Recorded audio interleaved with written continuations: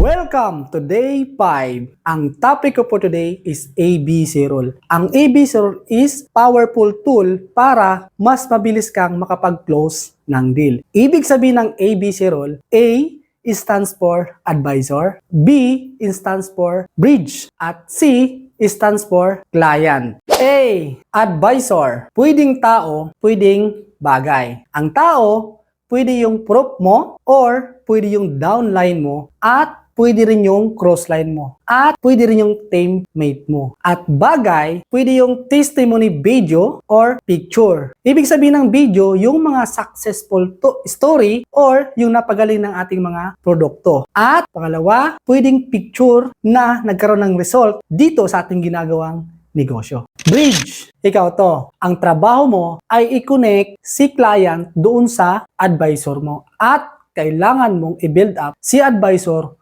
doon sa client mo.